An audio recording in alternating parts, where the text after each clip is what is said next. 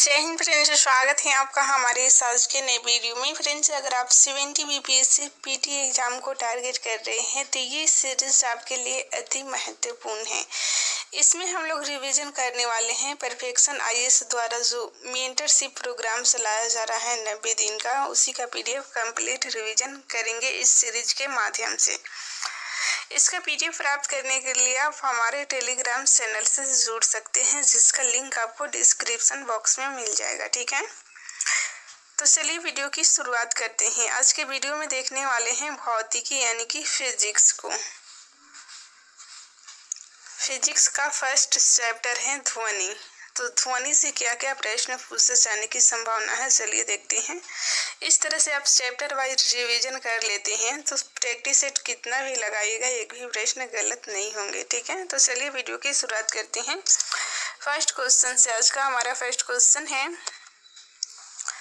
नम हवा में ध्वनि का वेग शुष्क हवा की तुलना में अधिक होता है, क्योंकि नम हवा में क्या होता है, तो देखिए शुष्क हवा की तुलना में कम घनत्व होता है। नम हवा में शुष्क हवा की तुलना में घनत्व कम होता है, इसलिए ध्वनि का वेग अधिक होता है। ऑप्शन सी सही उत्तर है। नेक्स्ट क्वेश्चन है, एक्सप्लेनेशन देखते हैं। देखिए, नम हवा में ध्वनि का वेग शुष्क हवा की तुलना में अधिक होता है, क्योंकि नम हवा में शुष्क हवा की तुलना में कम घनत्व होता है। तापमान में वृद्धि के साथ ध्वनि का वेग बढ़ता है। तापमान में वृद्धि के साथ ध्वनि का वेग बढ़ता है, आपको ध्यान रखना है।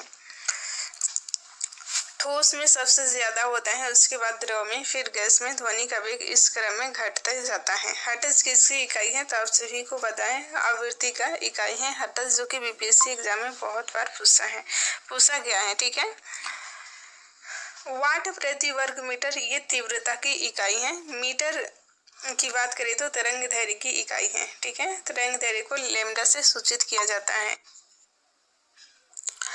ध्वनि प्रदूषण की इकाई है डेसिबल। ठीक है, ध्वनि प्रदूषण स्तर की माप के लिए डेसिबल का प्रयोग किया जाता है। श्रव्य ध्वनि की सुरक्षित सीमा की बात करें तो 20 डेसिबल से 120 डेसिबल है। पीपीएम प्रति मिलियन भाग एक इकाई है जिसका उपयोग किसी पदार्थ की बड़े घोल में बहुत कम सांद्रता का वर्णन करने के लिए किया जाता है। डेसिबल क्या है, तो अभी हम लोग देख चुके हैं, ध्वनि स्तर का पैमाना है decibel. Option D right answer है। दो लगातार संपीड़ित के बीच या दो लगातार दुर्लभ अंशों के बीच की दूरी को ध्वनि तरंग की तरंग दैर्घ्य कहा जाता है।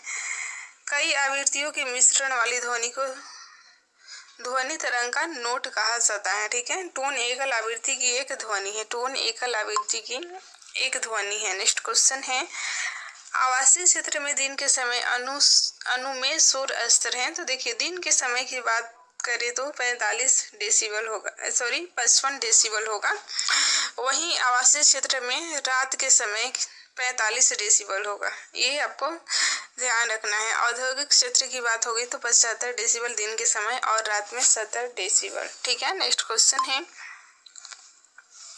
अल्ट्रासोनिक तरंग की आवृत्ति की सीमा 20 किलोहर्ट्ज से अधिक होती है। 20 किलोहर्ट्ज से अधिक होती है। ऑप्शन ए सही उत्तर है। नेक्स्ट क्वेश्चन है, इसका एक्सप्लेनेशन देखते हैं। देखिए, अल्ट्रासोनिक तरंग की आवृत्ति सीमा 20 किलोहर्ट्ज से अधिक है। अल्ट्रासोनिक ध्वनि तरंगे मानव कान को सुनाई नहीं देती हैं। डॉल्फिन और चमगादड़ जैसे जानवर जीवित रहने के लिए अल्ट्रासोनिक तरंगों पर निर्भर करते हैं। चमगादड़ ऐसी आवाजें निकालते हैं जिसकी आवृत्ति अल्ट्रासाउंड की होती है, जो मनुष्य नहीं सुन सकता है। ठीक है, नेक्स्ट क्वेश्चन है, निम्नलिखित में से किस आवृत्ति रेंज में मानव कान ध्वनि के कंपन की संवेदनशीलता महसूस करता है? राइट आंसर है 20 हर्ट्ज से लेकर 20,000 हर्ट्ज तक का मानव कान ध्वनि को सुन सकता है। आपको ध्यान रखना है, ये बहुत बार पूछा गया है। अल्ट्रासोनिक ध्वनि तरंगे मानव कान को सुनाई नहीं देती हैं। अल्ट्रासोनिक तरंग की आवृत्ति की रेंज 20 के हर्ट्ज से अधिक होता है। निम्नलिखित में से किसका ध्वनि के वेग पर कोई प्रभाव नहीं पड़ता है? तो आप सभी को पता है दबाव का कोई प्रभाव नहीं पड़ता है। ऑप्शन ए राइट आंसर है। तापमान में वृद्धि के साथ ध्वनि का वेग बढ़ता है, आर्द्रता में वृद्धि के साथ ध्वनि का वेग बढ़ता है, घनत्व में वृद्धि के साथ वेग घटता है ध्वनि का। ठीक है, ध्वनि किससे होकर नहीं गुजर सकती? तो देखिए वैक्यूम यानी कि निर्वात से होकर ध्वनि नहीं गुजर सकती। ऑप्शन डी राइट आंसर है। फ्रेंड्स, वीडियो पसंद आ रहा है तो प्लीज लाइक कर दीजिए, चैनल पर नए हैं तो चैनल को सब्सक्राइब कर लीजिए। आप कितना लाइक सपोर्ट करते हैं इस पर ये सीरीज निर्भर करेगा। ठीक है, निम्नलिखित में से किस माध्यम में ध्वनि की गति अधिकतम होती है? राइट आंसर है ऑप्शन ए स्टील में अधिकतम होती है, क्योंकि स्टील सर्वाधिक कठोर होता है। स्टील, पानी, हवा, वैक्यूम में ध्वनि की गति है। स्टील में सबसे ज्यादा, पानी में, उसके बाद हवा में, ठोस में सबसे ज्यादा, द्रव में, उसके बाद गैस में ध्वनि की गति। सघन पदार्थ में ध्वनि की गति कम होती है। देखिए सघन पदार्थ में ध्वनि की गति कम होती है, तो इसमें तो स्टील सबसे ज्यादा है, लेकिन ध्वनि की गति क्यों है? क्योंकि कठोरता भी मायने रखता है। ध्वनि की गति माध्यम की लोच पर निर्भर करती है। निम्नलिखित में से किस माध्यम में ध्वनि के षड की गति तुलनात्मक रूप से अधिक है? तो देखिए सबसे कठोर है लोहे के षड। ठीक है, ठोस है, ठोस में ध्वनि की गति अधिक होती है, लोहे के षड। ध्वनि की पिच किस पर निर्भर करती है? राइट आंसर है ऑप्शन ए आवृत्ति पर पिच निर्भर करती है। ध्वनि तरंग की आवृत्ति श्रोता द्वारा तय की जाती है, इसलिए यदि माध्यम बदलता है तो आवृत्ति नहीं बदलती है। माध्यम अगर बदलेगा तो आवृत्ति नहीं बदलेगी। तेज दोलन अधिक आवृत्ति देता है। अधिक आवृत्ति का अर्थ है ऊंच पिच या तीखी ध्वनि। ठीक है, जैसे कि महिलाओं का ऊंच पिच होता है, अधिक तरत्व होता है पुरुषों की तुलना में। नेक्स्ट क्वेश्चन है, वायुमंडल में तापमान में परिवर्तन के साथ ध्वनि का रंग कौन सा चरित्र बदलता है? ऑप्शन सी राइट आंसर है, तरंग दैर्घ्य बदलता है। ठीक है, तापमान में अगर परिवर्तन होगा तो ध्वनि का तरंग बदलेगा। नेक्स्ट क्वेश्चन है, वायुमंडल में तापमान में परिवर्तन के साथ ध्वनि तरंग दैर्घ्य बदलती है। ध्वनि तरंग की तरंग दैर्घ्य उस तापमान पर लंबी और निम्न तापमान पर छोटी होगी। अधिकतम विस्थापन के परिणाम को ध्वनि का आयाम कहा जाता है। ध्वनि की प्रबलता और कोमलता आयाम द्वारा तय की जाती है। ठीक है, नेक्स्ट क्वेश्चन है, चमगादड़ या डॉल्फिन अपने शिकारी यानी बाधाओं का पता लगाने के लिए किस परिघटना का उपयोग करते हैं? राइट आंसर है ऑप्शन डी इको लोकेशन का पता करते हैं। ठीक है, इको लोकेशन का उपयोग करते हैं। एक्सप्लेनेशन देखते हैं। देखिए चमगादड़ या डॉल्फिन द्वारा अपने शिकारी या अन्य बाधाओं को पता लगाने में इको लोकेशन का उपयोग किया जाता है। डॉल्फिन और चमगादड़ जैसे जानवर जीवित रहने के लिए अल्ट्रासाउंड तरंगों पर निर्भर करते हैं। चमगादड़ ऐसी आवाजें निकालते हैं जिसमें अल्ट्रासाउंड की आवृत्ति होती है, जिसे मनुष्य नहीं सुन सकता है, तो आपको ध्यान रखना है। नेक्स्ट क्वेश्चन है, ध्वनि तरंगे किस घटना को प्रदर्शित नहीं करती हैं? तो देखिए ध्रुवीकरण की घटना ध्वनि में नहीं बल्कि प्रकाश का ये गुण है। विवर्तन, व्यतिकरण, अपवर्तन, ये सभी व्यतिकरण, अपवर्तन, विवर्तन प्रकाश और ध्वनि दोनों में होती है, लेकिन ध्रुवीकरण है जो कि केवल प्रकाश में होता है।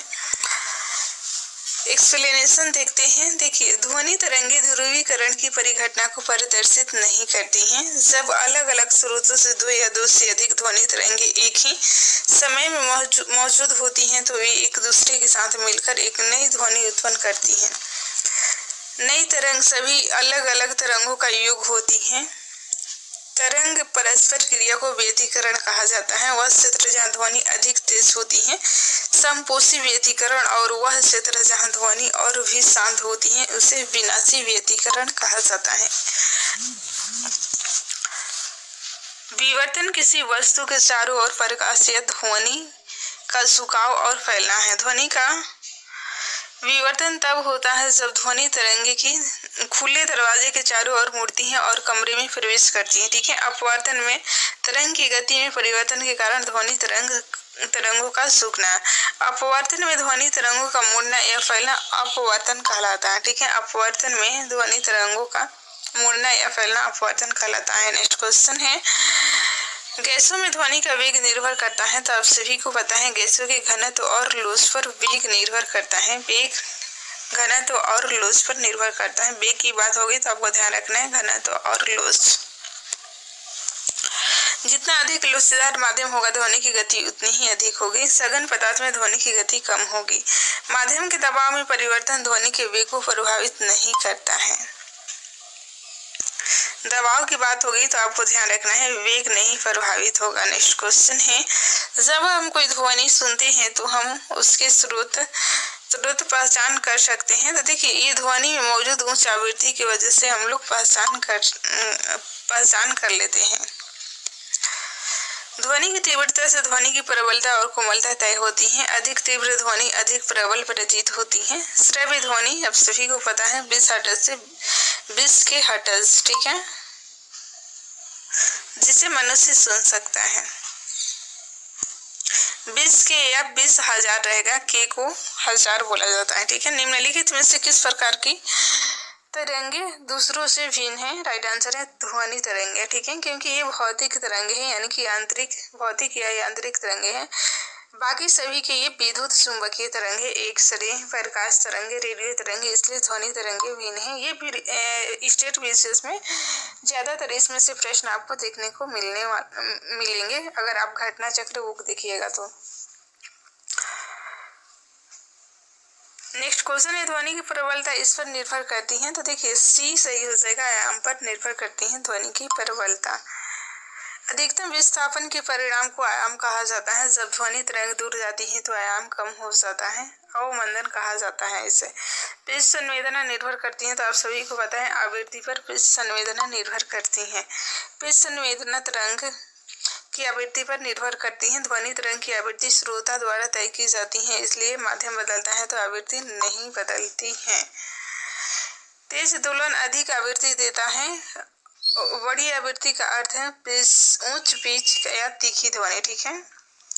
नेक्स्ट क्वेश्चन है, यदि कोई ध्वनि वायु से जल में जाती है तो अपरिवर्तित रहने वाली मात्रा है, तो क्या अपरिवर्तित रहेगा? तो आप सभी को पता है आवृत्ति अपरिवर्तित रहेगा। इस तरह से आपका सही उत्तर भी हो जाता है। एक्सप्लेनेशन देखते हैं। देखिए ध्वनि तरंग की आवृत्ति ध्वनि द्वारा तय की जाती है, इसलिए यदि माध्यम बदलता है तो आवृत्ति नहीं बदलती है।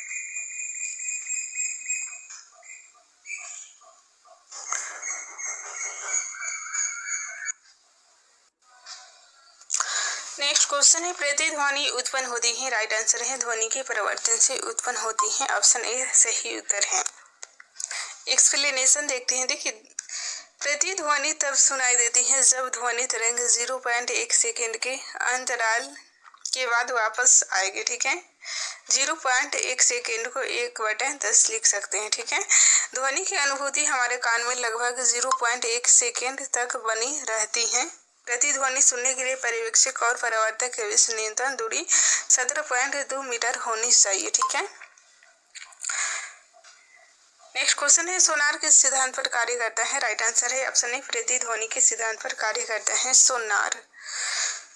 सोनार ध्वनि तरंग अल्ट्रासोनिक ध्वनि का उपयोग वस्तु को उसके प्रसार की दिशा में पता लगाने के लिए करता है, ठीक है। जब ध्वनि तरंग का परिवर्तन 0.1 सेकेंड के अंतराल में वापस आता है तो प्रतिध्वनि उत्पन्न होती है। नेक्स्ट क्वेश्चन है,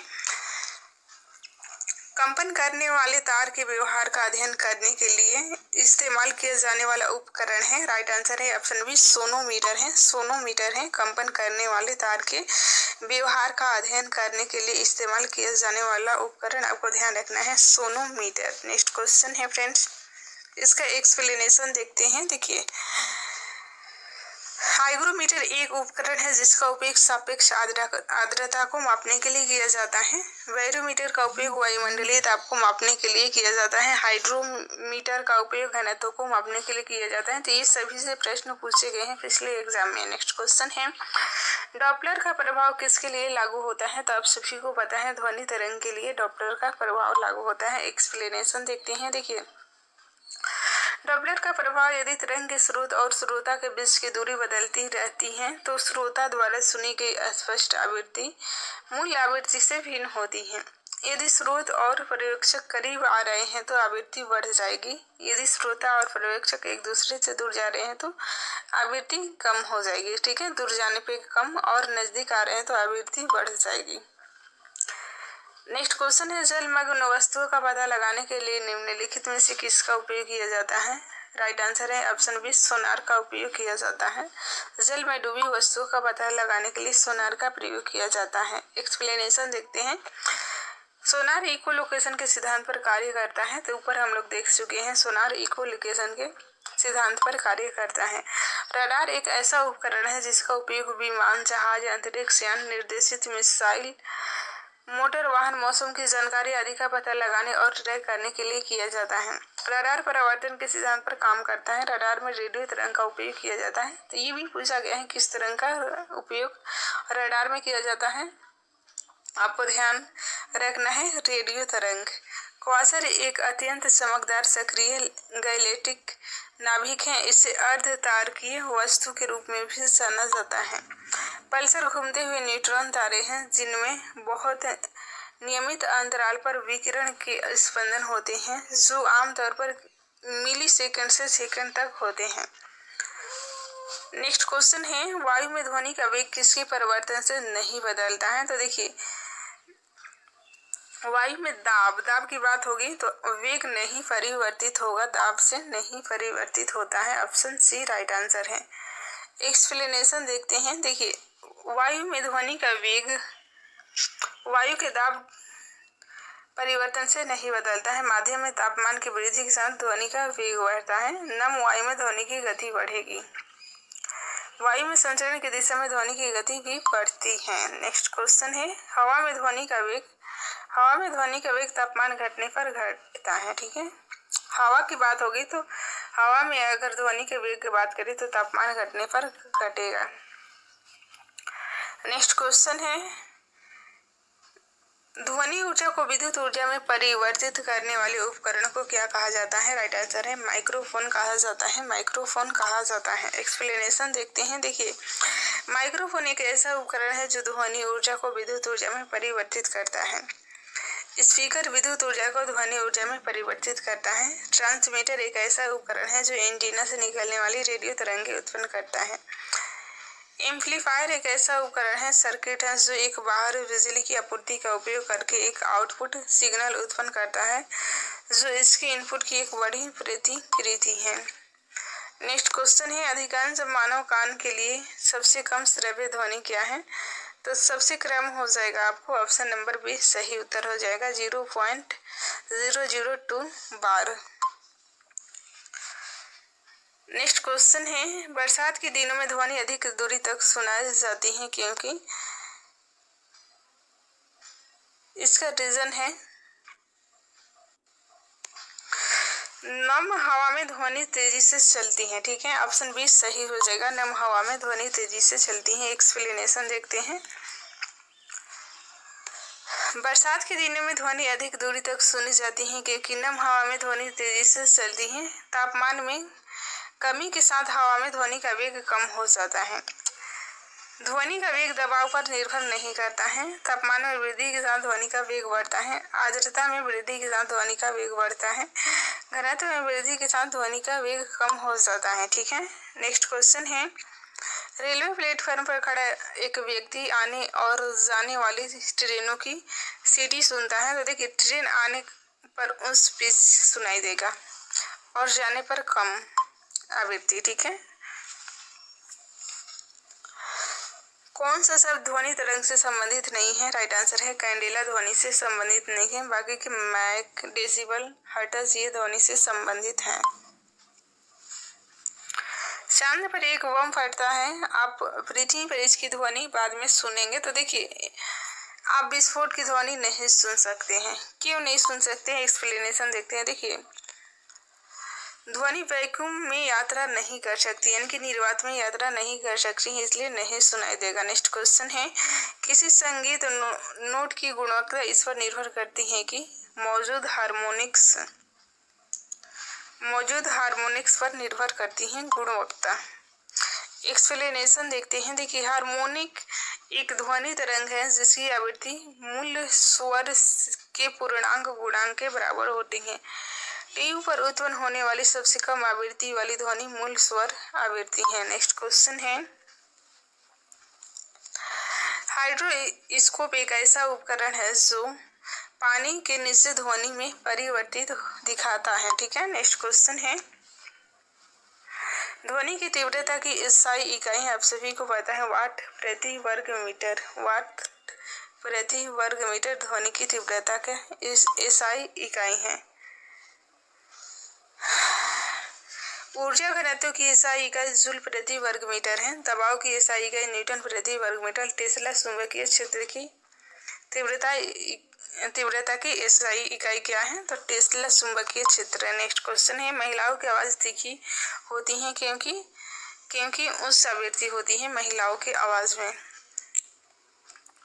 ध्वनि की पिच आवृत्ति पर निर्भर करती है, आपको ध्यान रखना है। ध्वनि तरंग की आवृत्ति श्रोता द्वारा तय की जाती है, इसलिए यदि माध्यम बदलता है तो आवृत्ति नहीं बदलती है। तो इसे हम लोग कई बार रिवीजन कर चुके ऊपर। नेक्स्ट क्वेश्चन है, यदि मैक संख्या 1 है तो किसी वस्तु की गति के बराबर होगी। तो ध्वनि की गति आप सभी को पता है, ध्वनि की गति 332 मीटर प्रति सेकंड, जिसे 1 मैक बोला जाता है। ठीक है, आवृत्ति की इकाई क्या है? तो देखिए, आवृत्ति की इकाई क्या है? हर्ट्ज है। ऊपर हम लोग रिवीजन कर चुके हैं।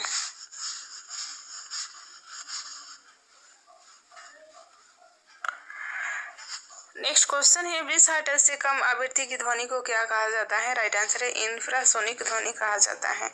20 हर्ट्ज से कम आवृत्ति की ध्वनि को इंफ्रासोनिक ध्वनि कहा जाता है।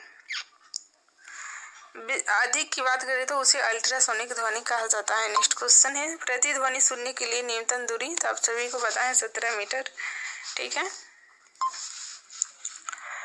निम्नलिखित में से कौन ध्वनि की पिच निर्धारित करता है? राइट आंसर है ऑप्शन बी, आवृत्ति पिच निर्धारित करता है।